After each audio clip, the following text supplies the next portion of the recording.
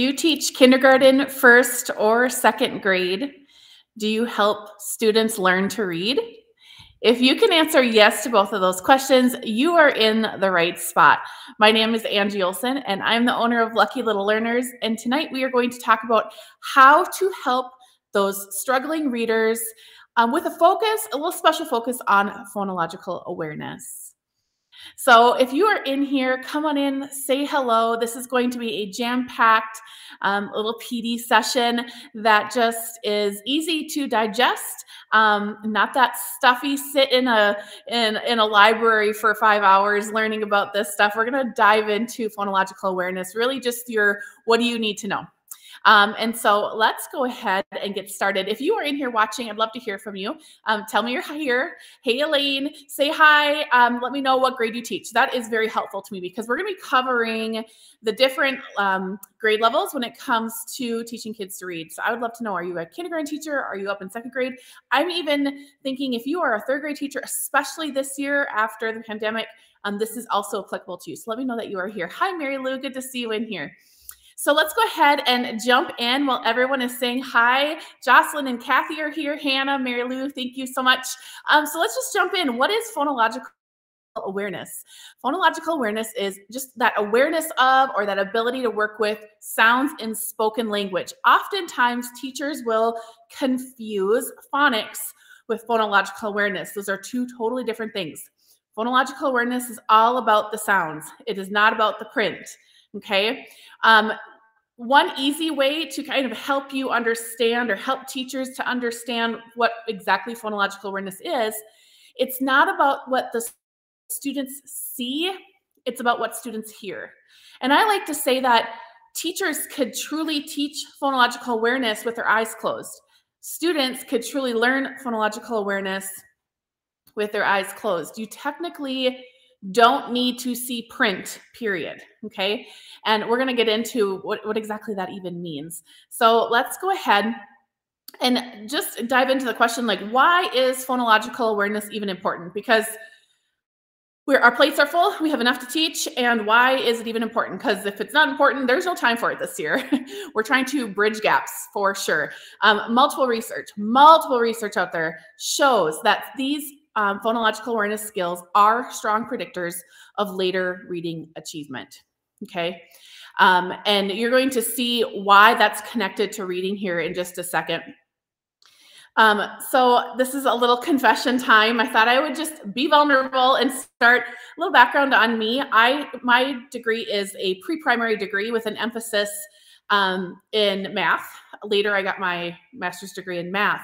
So when I was starting college and when I got my first job, everything was really focused on early childhood. And so phonological awareness absolutely was taught to us, right? We learned about phonics and fluency and comprehension and phonological awareness and all those really, really important pillars to teaching reading, right? And with the background I had, I assumed that phonological awareness was truly just a preschool and a kindergarten skill, sometimes maybe first grade if they really struggled, but I didn't really consider it to be anything that second and third grade really had to worry about. As I got older in my years of teaching and continued to press into research, if you know me, you know I'm just a little bit of a nerd when it comes to that stuff, I quickly found out that that's actually not the truth.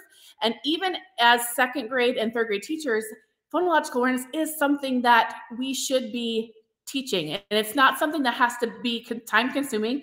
It can be a quick little 5-minute whole group even activity to open up your literacy lesson for the day. So if you are sitting here listening to this and you're thinking, oh my gosh, I didn't realize phonological awareness is something that needs to be taught in second or third grade.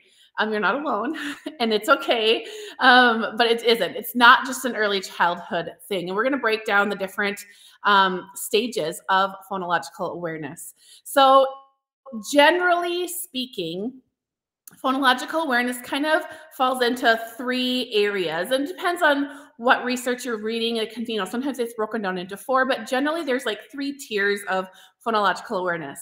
There's that early tier, really taking and for kids being able to hear words, being able to pull words out of sentences or maybe even syllables out of sentences. It starts off really, really basic. Generally speaking, Generally speaking, that's a kindergarten skill. Now, I'm hesitant to even say that because the fact of the matter is, especially this year, I know that even second graders have students that have phonological awareness issues, where they are in the stage of early phonological awareness. And so they need those early skills built before they can even start to build on the rest. But generally speaking, early would be kindergarten.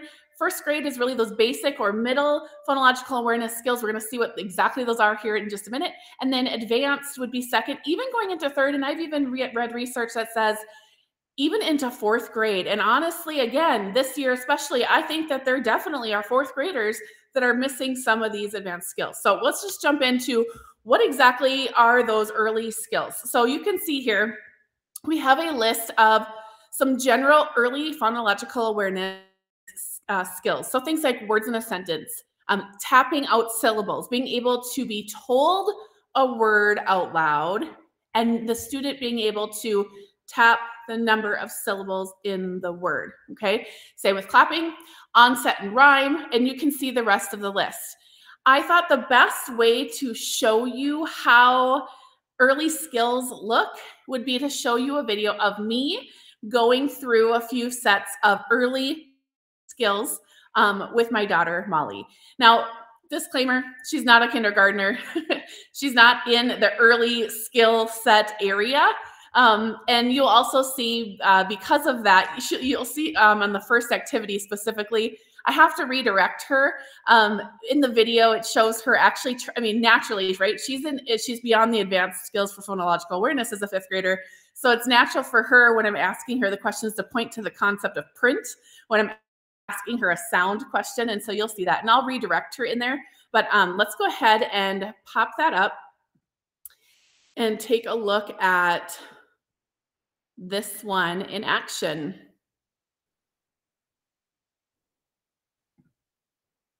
Now we're going to work on beginning sounds. So I want you to say the word web. Can you say the word web? What's the first sound you hear in the word web? Web. Now we're working with rhyming words. So listen to these two words, block and clock. I want you to say those words and then give me a thumbs up if they rhyme and a thumbs up if they don't. Block, clock. Thumbs up for they rhyme. Good job.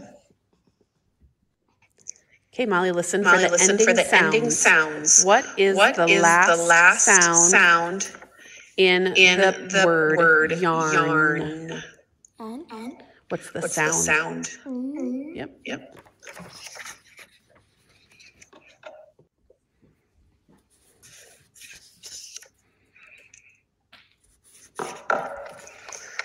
Okay. Fox, box, and doll. What two words rhyme? Fox and fox. Yep. Go ahead and do a tooth.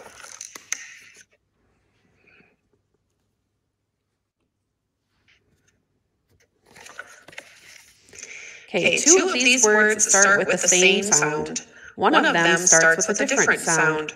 Which word is not like the other? Otter, octopus, hot. Which one has a different beginning sound? Otter, octopus, or hot? Hot. Good.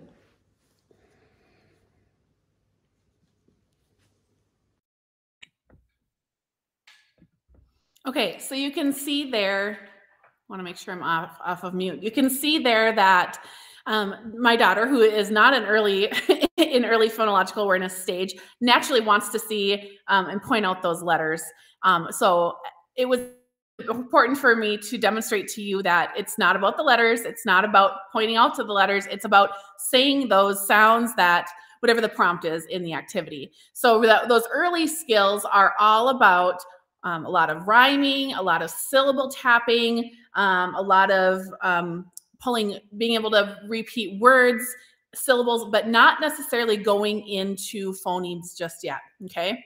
So let's go ahead and take a look here. And Elena makes a really good point that I want to just pull out from the comment section. She says, it's important for SEL students too, since they need to be able to hear the sounds in English. Some languages have different sounds. And I think that she makes a really, really good point here. If you have students that are ESL, this phonological awareness activities period are going to be extremely, extremely important. So let's go ahead and take a look here.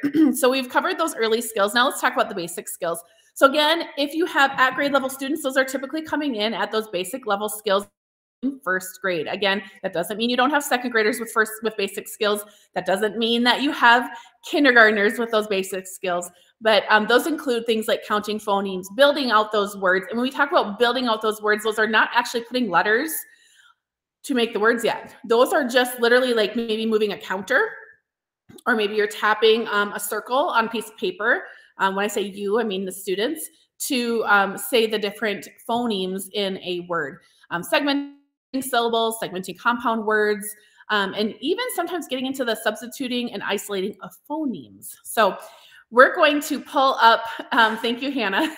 Those puppies, yeah, they tend to make an appearance on these little lives here.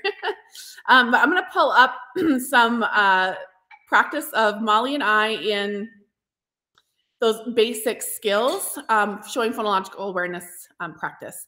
And I noticed that somebody in the comments had said that I'm echoing a little bit. I'm hoping that if I mute my microphone, it will help a little bit. So let's go ahead and do that and hope that that helps.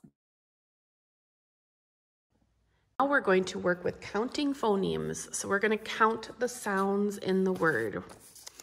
So I want you to listen to the word, repeat after me, chat. Chat. Can you use your fingers to count the sounds you hear in the word chat? Chat. So how many sounds do you hear in chat? 3. Very good. All right, next we're going to work on segmenting syllables. So Molly, this is a volcano. Can you say volcano? Volcano. Now what you're going to do is you are going to tap each circle, and then I want you to tell me how many syllables are in the word volcano. Go ahead. Volcano. So how many? 3. Very good. Next, we're going to work on deleting syllables. Can you say pony? Pony. Now I want you to say pony without the po. Me? Yep.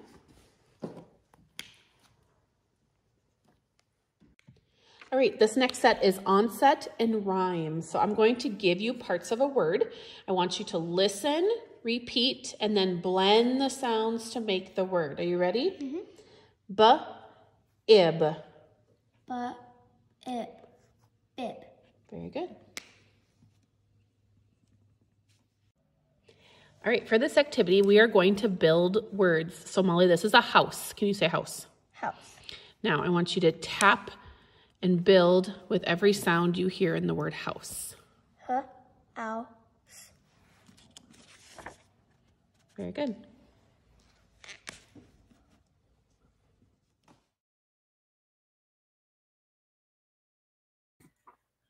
So again, I think emphasizing that these are sounds. These are not the letters. You're not asking her with the word house to be sliding up an H, an O-U-S-E. We're not worrying about the letters at all. It's simply the sound. Thinking again, you could work on phonological awareness with your eyes closed. The student could practice phonological awareness with their eyes closed, and it could still be something that would be an effective activity. So that is kind of in a nutshell the first grade, if you're generally on target in first grade, basic skills for phonological awareness there. Let's go ahead and pop up now the advanced skills. And here's what I will say about this. This is where a lot of second grade, third grade teachers don't even think to teach these things. But they are so incredibly important, especially if you have students that haven't had the best of instruction in the last couple of years. You think about COVID, you think about the pandemic, you think about them missing out on so much instruction time being led by a teacher in a classroom setting and being able to, you know, do the normal things that teachers do to practice all the skills, right? And so Second and third grade teachers especially would be looking at these advanced skills. And these are things like syllable tapping, syllable clapping. This doesn't seem right. Nope, nope, nope. These are not it. Shoot. I wonder if I can pull these up. These are not the ones, so pardon me. Darn.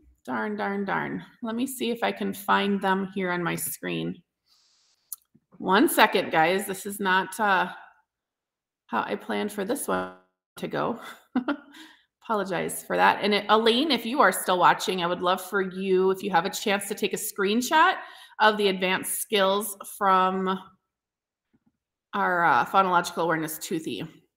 But I'm going to go ahead and read them off here so that I can still get these to you guys, because this one, I know I have a lot of second grade teachers watching, second and third grade.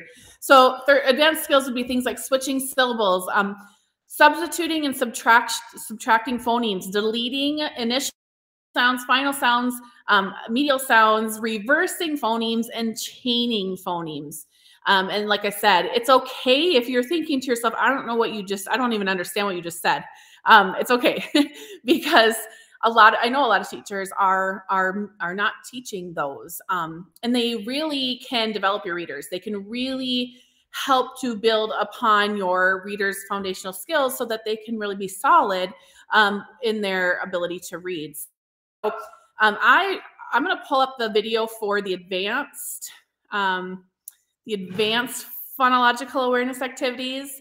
And again, I hope that these are helpful to you. I thought the best way to kind of put this in action is to actually show you what these activities sound like and look like in person. So I'm going to mute myself again and go ahead and get started.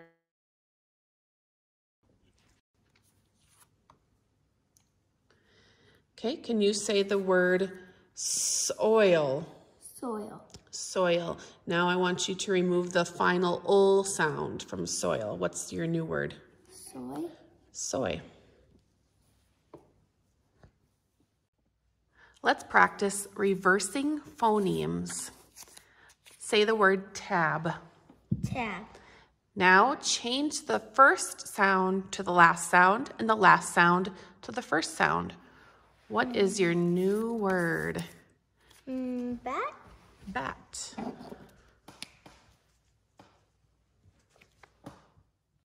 This set focuses on chaining phonemes.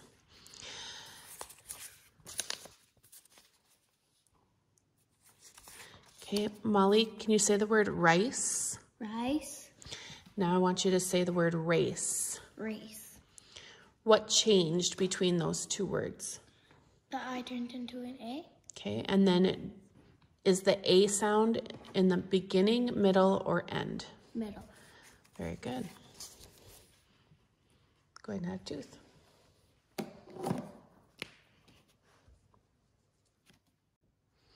Okay, so I want you to say the word cost. Cost. Now I want you to say the word cost and remove the S sound. Caught. Caught, good.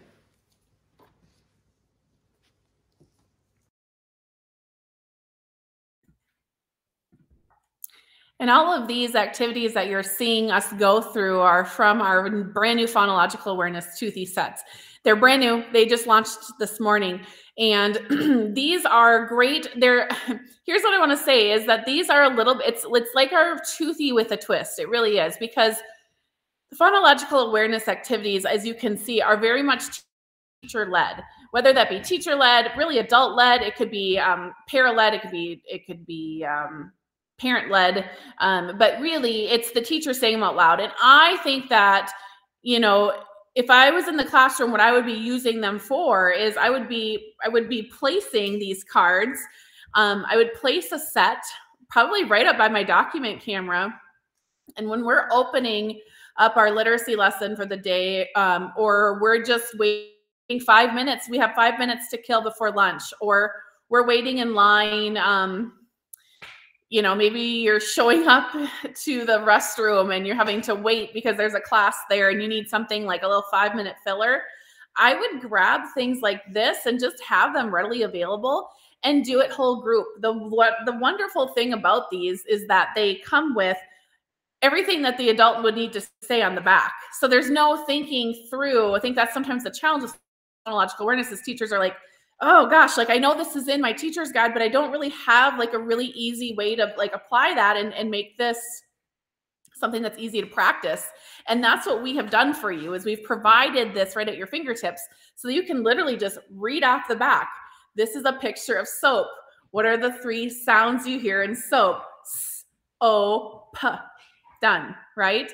And so this is a very easy grab and go option. You're right, Marque. I like that. Definitely an engaging time filler for sure. So here's what I'm gonna do. This is pretty much what I wanted to show you guys, but I wanted to just pop up a couple of things real quick. One of the things that we really, really value when it comes to resources that we make here at Lucky Little Learners is we spend a lot of time digging into the best practice and we dig into the research that is out there. And it's important that not only do teachers realize that all of these resources are research aligned, but also that if your administrator is asking, it's important that we can just provide you something very simple in a little 1-page printout that you could give to your principals. And so one thing that we have started to include, and we will be including in our resources, in fact, we're going to eventually be going back and updating all of our resources, is to include a letter to your school administrator that shows them really how much we take research seriously when it comes to creating these resources. And it goes as far as to show that we are really focused on, for this specific set, the work of David Kirkpatrick and Wiley Blevins. And that's an opportunity too, if you're wanting to learn more about it and you want to do the research for yourself, that is a great place to go and find some relative research out there. So I'm going to stick around. I'm actually just going to pop up our Why Phonological Awareness Toothy. This bundle is massive. I think there's 45 different skill sets. All the different skills that you saw on those slides for basic, early, and advanced all come with their own set of task cards. This is all of them cut out and prepped. And like I said, they have the prompt on the back. They've got, it's just, and then they come with, of course, the toothy sheets, the toothy mats that look something like this, where for every correct answer, the child gets to put a tooth in Toothy's mouth. And again, if you're doing this whole group, you could even pop this up right underneath the document camera, and the kids could draw the tooth as it's displayed nice and big up on your smartboard or your projector screen. So I am going to stick around here for a couple minutes. If anyone has any questions, I'm happy to answer them. On the other side of the screen here, you'll see just kind of a why phonological awareness toothy. So we've got that on the screen there for you while we wait for people to ask questions if anybody has them.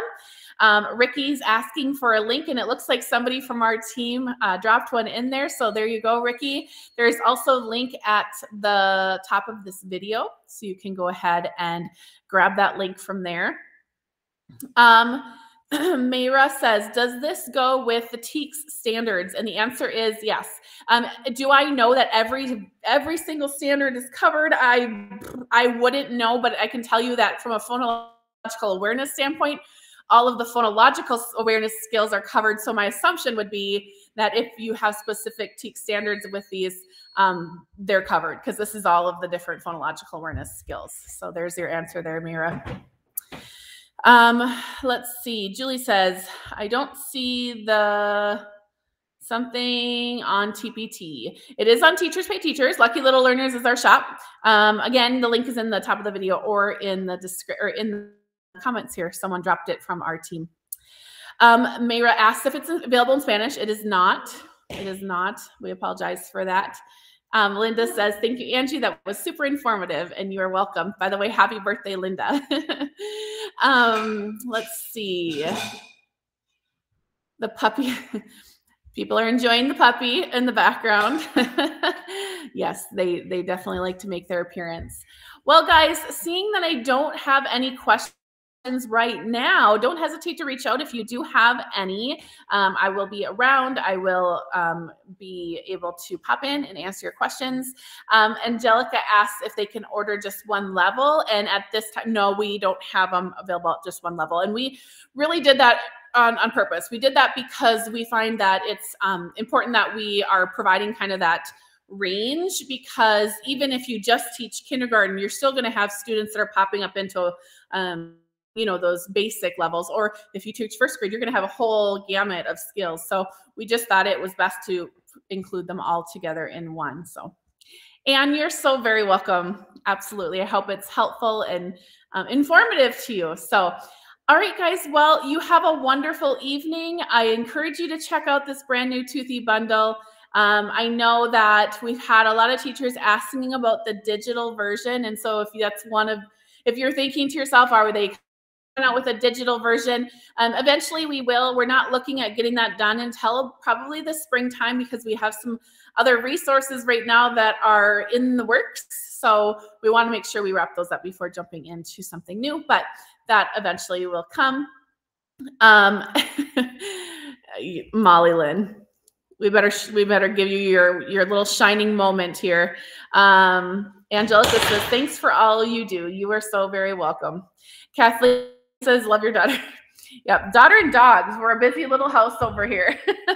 So, okay, you guys, you have a wonderful evening, and have a great week, and thanks for tuning in.